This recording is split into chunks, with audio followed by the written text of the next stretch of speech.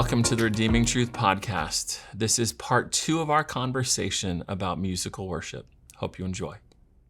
So you said that a performance-driven thing is more like, look at me. Yeah. Right. So to talk a little bit about the corporate aspect of worship, what's happening there when the saints gather, and the difference between leading and performing, and the corporate aspect of that. What's going on there?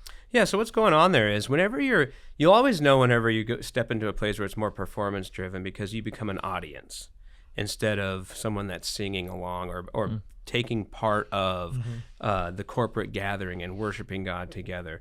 So I think we've all been there, but for me, it's very important that I don't ever make anybody feel like they aren't participating in singing, but they're just there to watch.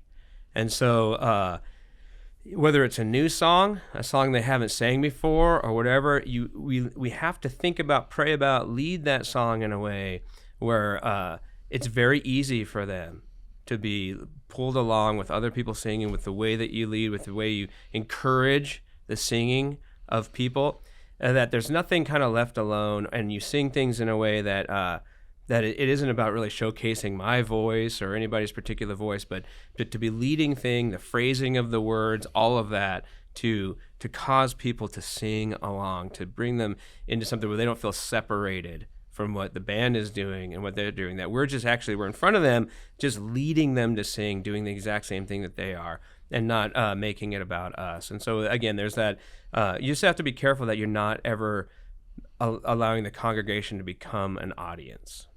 How do you guys prepare for that as a band? Like, so as a group of people who are leading, what are some of the things you do with that team to prepare them for that? So yeah, it's communication, it's teaching, right? All of us need to learn that. And so at the beginning of the week, every single week before the music's up on our planning center, but at the beginning of the week, I send out an email to the entire team, even the AV team, anybody that's going to be taking part of that kind of worship part of the service, and a little bit about the structural, how we're going to do the thing, but most importantly, it's our hearts, the preparation of our hearts to lead. And so all of us letting everybody know that even though I am the worship pastor of the church, anybody that would be on that stage, we are lead worshipers that day, and how we conduct ourselves, and in our countenance, and how we play, how we protect our own hearts and minds against anything being about me-centered, And so it's communicated, it's talked about. We learn about that in the Bible, and we're taught that, so we all know and understand the standard of that. And then really it's that letting the word dwell in us richly, and understanding why we do what we do, and having every single team member also on board with that as well, with the for why we are there, what our purpose is, and that is to glorify the Lord and not ourselves. So there's Bible verses that I send out every week for people to be reading, to be meditating on. When we get together, we talk about that, we pray about that, we sit in the back and we talk about the Bible, and we pray together, and we over and over and over and over again, it's emphasized that we are serving God by serving his people. That's great. That leads into another component, which is the shepherding component for your role in particular. Can you speak to that as well?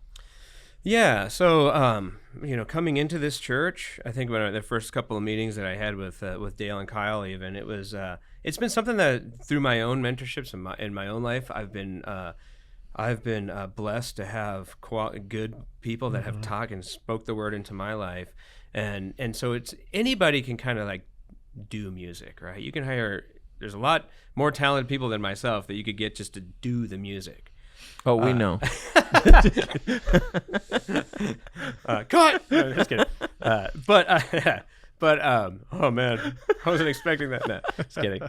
You can't really, actually. No, but really, this isn't about getting the music done. And sure, that's what we've been talking about the entire time. That's why we're having a podcast on this, right? Yes. Is that when you understand that, when I know that, especially as the one that was brought in to do this, that this is not just about the church. Oh, it's church, so we got to have music and we got to have this, so just get it done. Just get this done, right? So we can't ever have the mindset of getting this done. So if we're not going to have that mindset, then there has to be shepherding.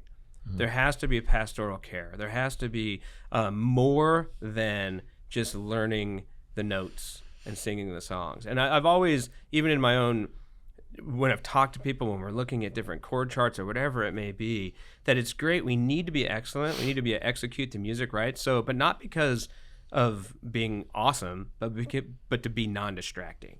Right? And to be non-distracting so that we can, even as I'm shepherding the team and my own heart is being shepherded in that as well, that we're shepherding the people of the church as well, that we are shepherding and pastoring people to understand and even know that this isn't just about it isn't about just like coming together and hearing some cool songs, right? That there's a whole shepherding element to what the word does in and of our own hearts, and from on my level and to the team as well. Can you speak to that a little more? The excellence so as not to be distracting. Yeah. So, Let me say that because I've heard that many times, like the value of excellence, the value of doing things well to honor the Lord. Right. And so I get that component, but I've never heard what you just said. Yeah. So we want to honor the Lord. Yes. If our hearts are right, really, we could pound away on anything. Yeah. And it could be beautiful to the Lord, right? We know that someone could in their home could have no musical ability at all, pick up some pots and pans, like but me. Yeah. So if you guys, if for whatever reason, if we end up in jail someday for preaching the word of God, right, and you're in your jail cell, That's right. and they My hand spoon. you got whatever you got, That's right. and, it's like the Psalms is whatever instrument you have, praise the Lord with it, right? Yeah. And so there's an element to the fact that like you can praise the Lord with whatever, and you don't necessarily have to be talented to praise the Lord. If your heart is right, God will be blessed by it, right? But since we are musicians, since we are people that have been brought together in the church to play music well, right? Yeah, of course we want to do that to the glory of God. Of course we want God to be glorified, and He will be. But again, that's not necessarily the Lord can be glorified just by our hearts, right? But when we have the ability to sing, when we have the ability to play, when we have the ability to put these things together, what we're really doing is our hearts are right, so God is being praised. But let's take these songs that we have, let's take our ability, let's take our talents, and when it's not about you, it just all becomes about let's just do this awesome and excellent to not bring any type of distraction in between. Like, they've got the talent, so it's distracting if you don't use it well, right? So let's use it well. Let's prepare. Let's be on. Let's make sure we know the structure. Let's make sure we play all of our parts right. It sounds nice, but not to bring any type of like glory to ourselves, but only to be non-distracting so we can continue to bring more glory to God. So how do you sing songs in a way that includes the congregation? Like you said, you don't want them to be, you don't want them to watch the performance. You want them to participate. So what do you do in the music itself in order to make that happen?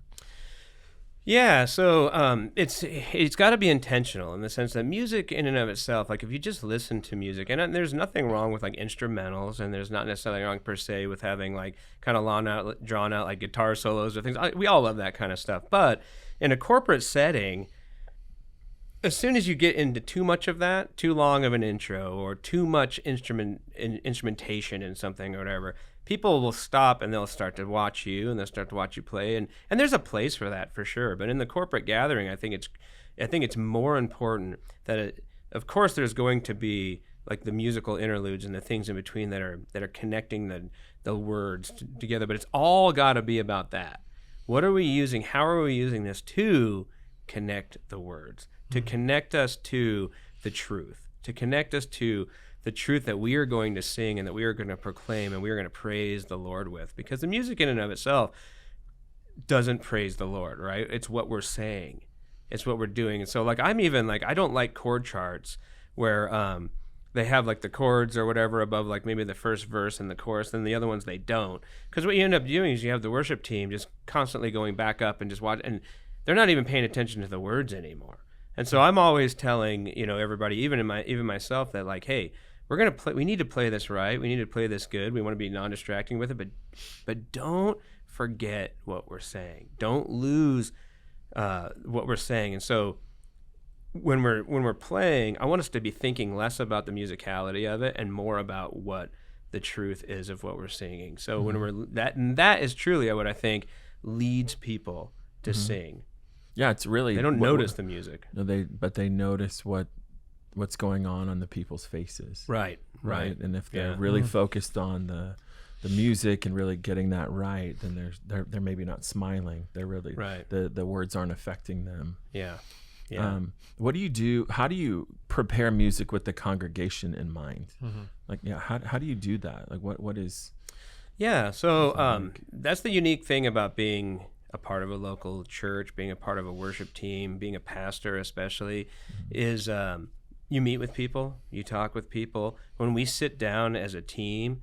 And on Saturday nights, I kind of go through the Bible with them and kind of get our hearts ready to worship for that weekend. And then on Sundays, we sit and we pray together. And I try to make sure that everybody that's on the team knows each person on the team, that we know what's going on in each other's lives. And we're praying about that. And so as I hear, of course, there are biblical truths that we want to sing, the gospel, right? Of course, there are elements to like what we're preaching on in the sermon that we want to try to like look at that, read through that. There are parts of that I want to be, okay, well, let's just not ignore that. Let's put some songs that speak to that as well.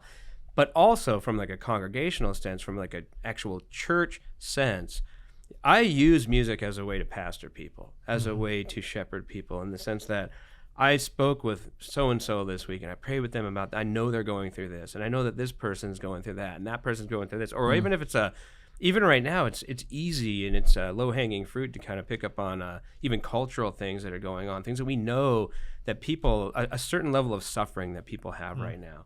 So to be able to use music and song to be able to speak into things that you know are going on with your body, with the people that are there that are part of your church, it's an easy and it's a wonderful way and it's a good way, when you know those things, for me to choose songs that will speak directly into those things, so that I know that the church, because as we're teaching the whole counsel of the word. So even as we're spending time in the word, if there's a certain section that maybe you're teaching, or whoever's teaching on, that doesn't necessarily, it definitely gets to the gospel and all that, but it doesn't necessarily speak into something that we know is happening in the church, I have the opportunity to be able to do that through song, which is a really cool thing. Does it even go down to like the keys of the music, the key of the songs, the key of the instruments and the singing, like choosing certain keys that fit better with congregation versus?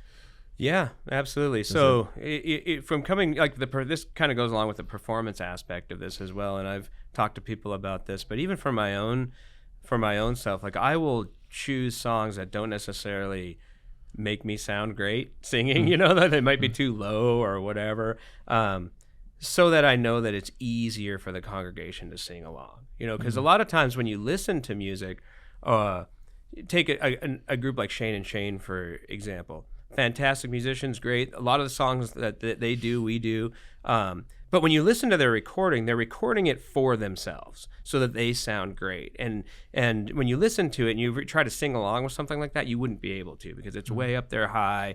It's showcasing their voices. And so when we come together at church, you take those songs and you drop them into a key or a level where people can easily sing along. And of course, there's going to be octave jumps and things in choruses. And there's going to be stuff like that you can't fully control. But if you know there's an octave jump and you're going to lose 50% of the congregation if you do it in one key, but you'll be able to keep them if you do it in a lower key, pick the lower key. You won't sound awesome.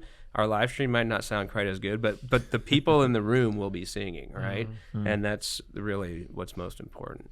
Because in that moment, if you do it in the higher key, it becomes that distractive moment. Yep, that's the distraction, right? Okay. And so people stop singing, and that's what I never want to let happen. And so that comes along with certain breaks in songs, or certain things where make a recording interesting, where somebody might hold out like something, or there might be a musical thing that's interesting. But if we did it live, people would just continue to sing through and they wouldn't catch it. And then you lose people. Like I'm not perfect at that by all means, but I try to remove those things in songs so that people can just sing along. It's predictable. that we're not doing too strange of an arrangement of a familiar song, so that people are singing it differently than I am, and back and forth or whatever. So trying to keep it predictable for people, and not being about, that's where it comes down to performance and style and all of those type of things, that we need to be thinking about the people more than the song. Hey, thanks for joining us today. Make sure to subscribe so you don't miss any future content.